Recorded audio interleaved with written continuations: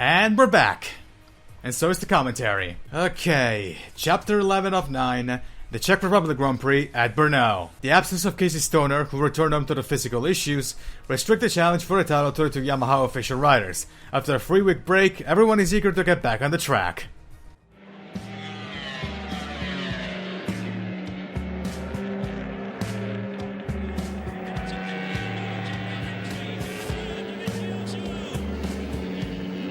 Rossi's 5th place puts him 25 points clear of Lorenzo. I was lucky because it was just a small crash. 11 points are like gold for the championship. Yeah, for sure, he has been a little bit lucky. My bike was completely destroyed. This is not over. There is 7 races to the end. Things can change. Back on track after the summer break for the race in the Czech Republic, Rossi, Lorenzo and Pedrosa are on the front row. Casey Stoner is in Australia. Under doctor's orders, he's withdrawn from the next 3 races. The MotoGP world is stunned. Casey Stoner is stopping for 2 months because he's tired. Tough guy motorcycle racers don't do that. They race with broken bones. They never give up. You know, people just don't understand that, you know, when you're not competitive and you're getting worse each race, there's no sense to just keep going. You know, you've got to stop, find the problem and fix it. You know, if a bike isn't running right and you're nowhere near competitive, you have to stop, try and fix it and continue. So it's no different when the human body, and, you know, this is what we needed to do. The championship is now a straight fight between Rossi and Lorenzo. Rossi makes a great start, but Lorenzo hunts him down. With 6 laps to go, he's on Rossi's tail. I know that Jorg is very strong. From the pace on the practice, he was also faster than us, but we make a good modify after the warm-up. I have a better feeling with the front of my bike. And when you overtake me, I was ready for the button.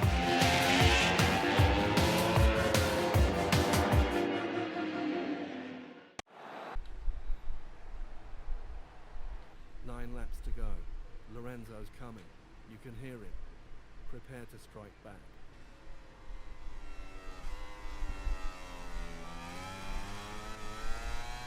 And here we are. Okay. Duevo Lorenzo and finish in first place and don't get past are the objectives, and 5 laps to make it so. Part of the 2 run away.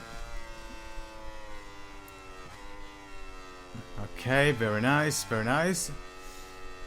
I'll be honest here, I actually did not practice this track, and that's because I was busy between other projects and perfect commitments, so I did not have the time, the physical time, to get some laps in. Now, am I going to crash here? Nope.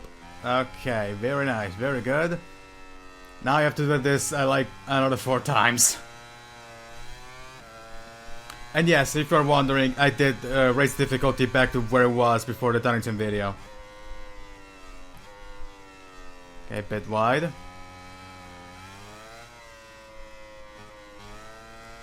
Full gas, coming into the final corner, coming out of the final corner, into the main straight.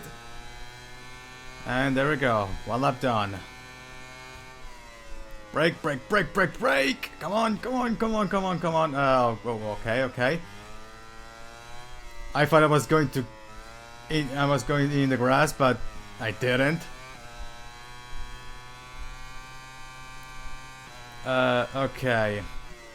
Now, this was something that I wanted to say in the Donington video, but for obvious reasons, or rather, reasons that I explained in that video, it did not happen. But the story of how Donington Park lost the MotoGP race is a pretty interesting one, and the story starts from 2008 when Donington Legion Ventures, who was the company that owned Donington at the time, quote-unquote, announced that they'd won a 17-year deal to host the Formula 1 British Grand Prix starting from 2010 until 2026, taking it away from Silverstone.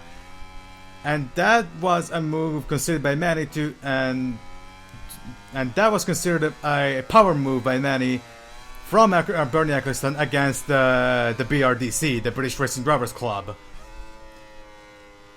And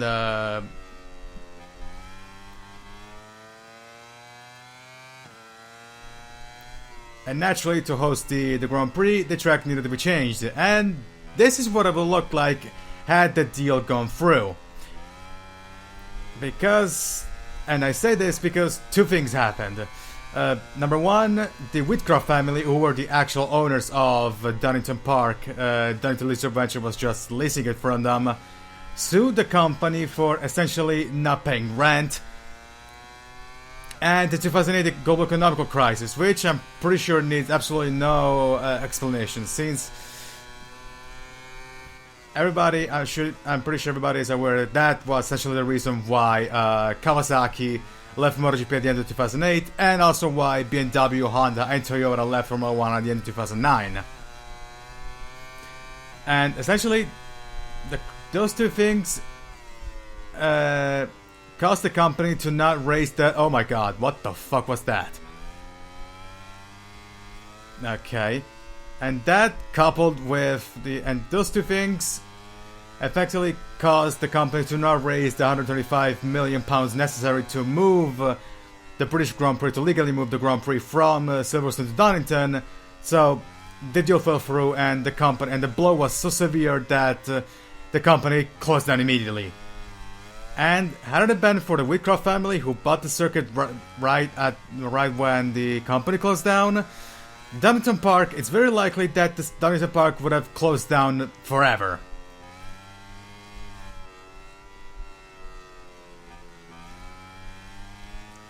And as for the deal, Bernie Ecclestone ended up just giving that deal to Silverstone, and they've been hosting the British Grand Prix ever since. As for MotoGP's history with Silverstone, that was actually supposed to be a temporary venue for until the Circuit of Wales was finished. But then they moved, oh my god. Anyway, that was actually supposed to be a temporary venue until the Circuit of Wales, everybody remember that, was finished. But then they decided to stick with Silverstone once they realized that the Circuit of Wales was not gonna get anywhere.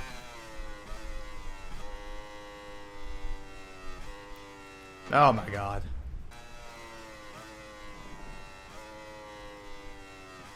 Come on, come on. Too wide, but I don't care. Okay.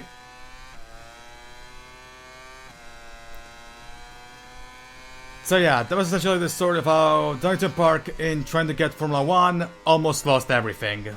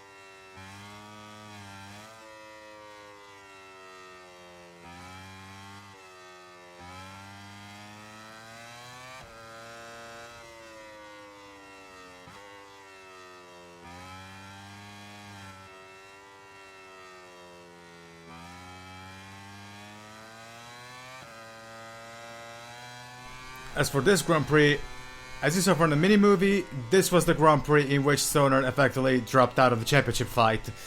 And I've said this in the Barcelona video before, but I'll say it again here.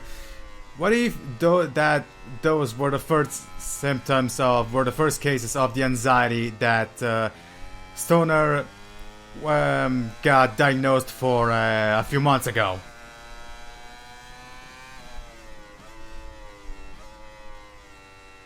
I think I'm going to crash. Okay, no, never mind, I didn't. It's still not ideal, but, you know, better than crashing. There we go, one lap to go. I think I messed this one up. No, okay, I didn't. There we go, there we go.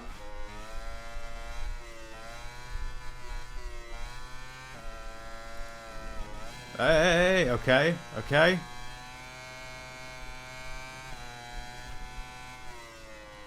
Come on, come on, come on, come on, come on, come on, come on, come on. Oh my. Oh, okay, okay, okay. Okay. There we go.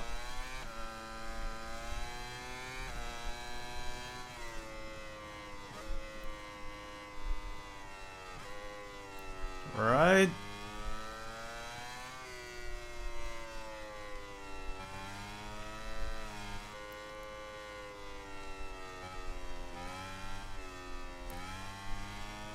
Okay, one to go.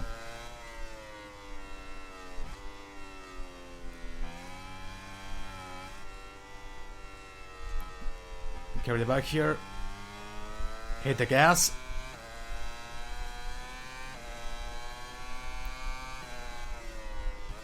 Both brakes. Okay, now only the front one. There we go. Now the chicane for one final time at least with Rossi, because there's a second part with Elias. Okay, very good.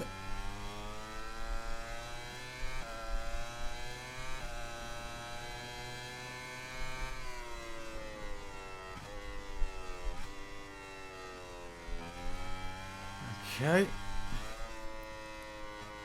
Oh, that was actually great. And there we go.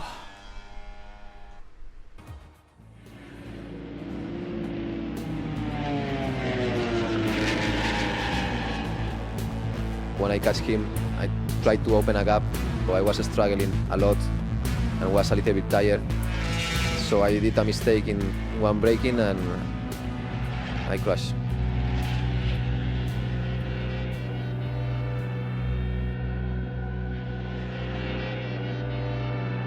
For sure, the championship is almost impossible. It's adding up. The mistakes, the crashes, the injuries, the pressure, the points. The difference between Lorenzo and Rossi. The difference between ambition and achievement. Pedrosa follows Rossi home. With Lorenzo and Stoner out, there's room for one more on the podium. Andrea Dovizioso or Tony Elias? Who's it gonna be?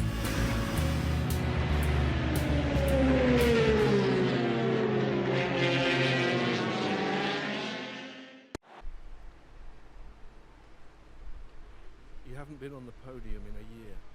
You crashed out of the lead in the last race, the British Grand Prix, which Dovizioso won. Dovizioso on the factory Honda, which is that little bit better than your satellite team Honda. It's all good motivation. Okay, so resist Dovizioso's attacks and distance him by at least half a second, and 3 laps to make it so, and I almost got my overtaken by him at the first turn. Oh shit! Too wide, too wide, too wide, too wide, too wide. Oh, I think is. Ah, come on.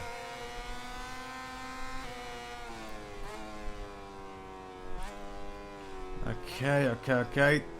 Too wide. Power him up to 2. Don't fuck up the chicane. Very nice. Alright. Uphill.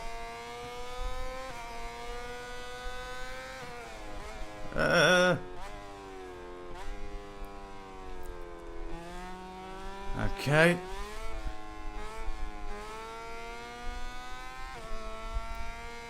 And 1 lap done. There we go.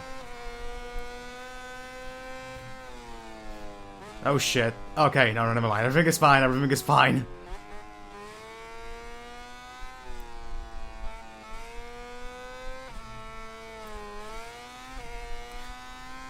I don't know if I ever said this, but Brno is honestly one of my favorite tracks to drive on, either with bikes or with a car.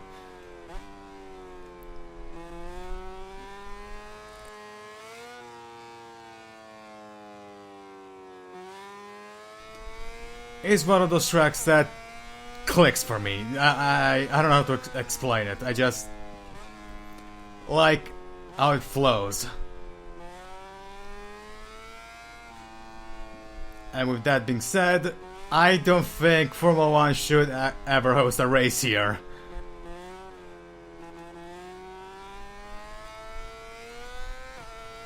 I mean, it would be a cool concept, but yeah, I honestly wouldn't want them to race here.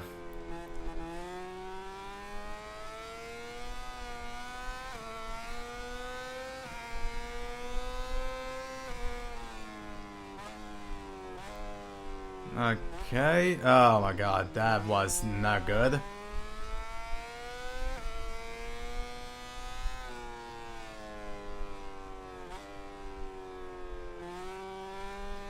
Oh, and speaking of British things, you know, what I was talking about in the previous chapter.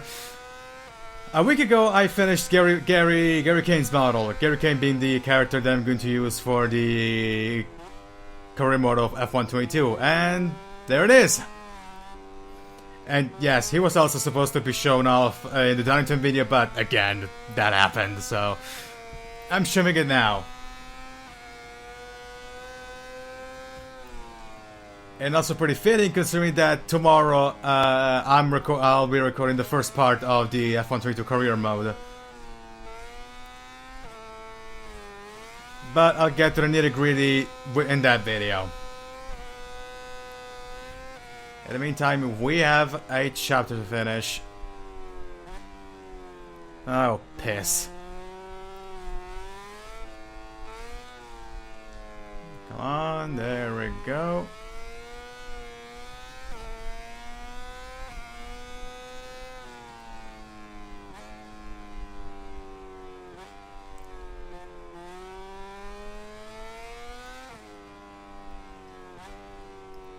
Oh, and also about the NF Duel, and I think I'm gonna make a video next week because I said this like hundreds of times, but my brother's getting married, and I'll go to his wife's place for a week. So yeah, it's essentially going to be a vacation, even though it totally isn't, but whatever.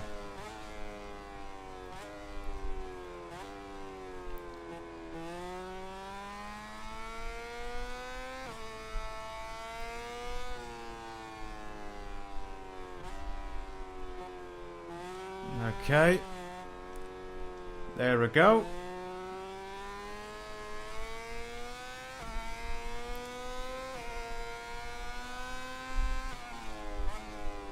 Come on.